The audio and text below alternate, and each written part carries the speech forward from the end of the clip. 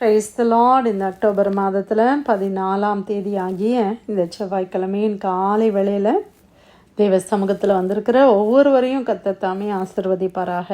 இந்த நாளிலும் நம்ம தியானிக்கிற கர்த்தருடைய வார்த்தை நம்முடைய பரிசுத்த வேதாகமத்தில் தானியேலின் புஸ்தகம் 2ஆம் அதிகாரம் 21வது வசனம். The book of Daniel chapter 2 verse 21. அவர் காலங்களையும் சமயங்களையும் மாற்றுகிறவர், ராஜாக்களை தள்ளி ராஜாக்களை ஏற்படுத்துகிறவர், ஞானிகளுக்கு ஞானத்தையும் அறிவாளிகளுக்கு அறிவையும் கொடுக்கிறவர். அல்லேலூயா. நம்முடைய கர்த்தர் யாரு? அவர் காலங்களையும் சமயங்களையும் மாற்றுகிற தேவன், சீசன்ஸை மாற்றுகிற தேவன். இன்னைக்கு எந்த காலத்தில் நம்ம இருந்தாலும் அந்த காலத்தை கர்த்தர் மாற்றுவார். எந்த சமயத்தில் நீங்கள் இருந்தாலும் அந்த டைமை கர்த்தர் மாற்றுவார். விசுவாசிக்கிறீங்களா பிரியமானவர்களே? இன்றைக்கி நம்ம லிட்ரலாக பார்த்திங்கன்னா நம்ம இந்த நார்த் ஈஸ்ட் பகுதியில் இருக்கிற நமக்கு ஒரு பர்டிகுலர் சீசனில் நம்ம இருக்கிறோம். இன்றைக்கி ஃபால் சீசன் இல்லையா? சம்மர் முடிந்து சம்மர் இருக்கிற வரைக்கும் எப்படி இருந்துச்சு? நல்ல வெயில், நல்ல ஒரு வித்தியாசமாக இருந்துச்சு. நல்லா எல்லாவற்றுக்கும் நம்ம ஈஸியாக இருந்தது. இப்போது நம்ம ஃபால் சீசனில் நம்ம இருக்கிறோம். கொஞ்சம் அப்படியே குளிர ஆரம்பிக்குது. கொஞ்சம் நம்ம ஹீட்டர்லாம் போட வேண்டிய சூழ்நிலைகள் உருவாகிறது. மரங்களில் இருக்கிற இலைகள் எல்லாம் உதிர ஆரம்பிக்குது. கார்டனில் இருக்கிறது எல்லாம் அப்படியே லேசாக ட்ரை ஆகுது இல்லையா? ஒரு ஃபால் சீசனில் நம்ம கடந்து போகிறோம்.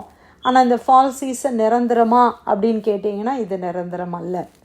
இந்த ஃபால் சீசனும் மாறிவிடும். அதுக்கப்புறமா நமக்கு ஒரு வின்டர் சீசன் வரப்போகுது. வின்டர் சீசனாவது நிரந்தரமாக இருக்குமா? இல்லை. வின்டர் சீசனும் என்ன செய்துரும்? அதுவும் மாறி போய்விடும். அதுக்கப்புறம் ஸ்ப்ரிங் வருது. சரி, ஸ்ப்ரிங் தான் எனக்கு நல்லா பிடிக்கும், சரி அப்படியே எனக்கு ஸ்ப்ரிங் சீசன்லேயே இருக்கணும் அப்படின்னு நினச்சா அதுவும் நிரந்தரம் இல்லை. அதுவும் மாறி சம்மர் வரும். சம்மர் தான் எனக்கு ரொம்ப விருப்பம், ரொம்ப நல்லா இருக்கும், ஈஸியாக இருக்கும், எல்லா இடத்துக்கும் போகலாம், ஜாலியாக இருக்கலாம், என்ஜாய் பண்ணலாம் அப்படின்னு நினச்சா சம்மரும் மாறுது இல்லை?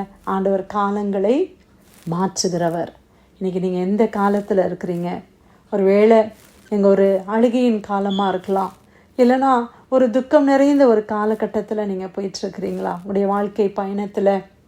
இல்லை ஏதோ ஒரு இழப்பின் காலகட்டம், எல்லாத்தையும் ஒரு மாதிரி லூஸ் பண்ணுற மாதிரி இருக்குது அப்படின்னு நினைக்கிறீங்களா? இல்லைனா ஒரு பயங்கர போராட்டமான காலகட்டமாக இருக்குது, எல்லாமே போராடி போராடி போராடி பெற்றுக்கொள்ள வேண்டியதாக இருக்குதே அப்படின்னு நினைக்கிறீங்களா? இல்லைனா ஒரு விதைக்கிற காலகட்டத்தில் நீங்கள் இருக்கிறீங்களா? கண்ணீரோடு நான் ஒவ்வொன்றாலும் விதைக்கிறேனே, ஆனால் எந்த பலனையும் என்னால் பார்க்கவே முடியலையே அப்படின்னு யோசிக்கிறீங்களா?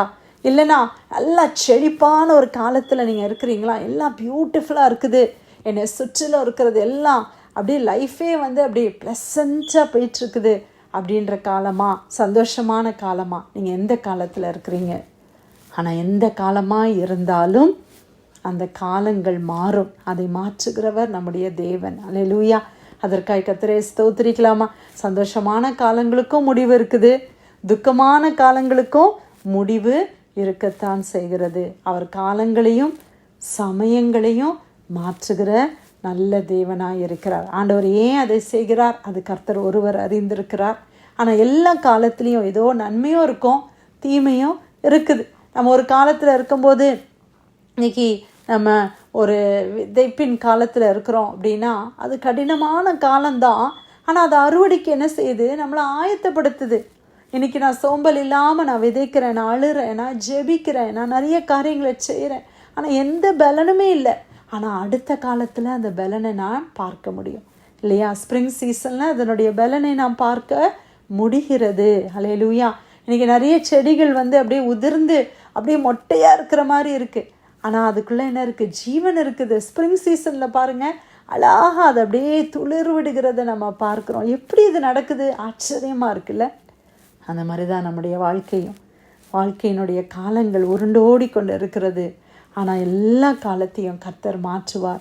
நன்மைக்கு எதுவாய் கர்த்தர் நம்மை நடத்தி கொண்டே வருகிறார். ராஜாக்களை தள்ளி அவர் ராஜாக்களை ஏற்படுத்துகிறார். அதிகாரத்தில் இருக்கிற ஒவ்வொருவரையும் ஆண்டவர் தம்முடைய கரத்தில் வைத்திருக்கிறார். ஒருவேளை நீங்கள் உங்களுடைய பாஸை யோசித்திருக்கலாம், ஐயோ எனக்கு ரொம்ப கடினமான ஒரு அதிகாரி இருக்கிறாங்களே, நான் என்ன செய்வேன் அப்படின்னு யோசிக்கிறீங்களா? எல்லாரையும் ஆண்டவர் தான் வைக்கிறாரு.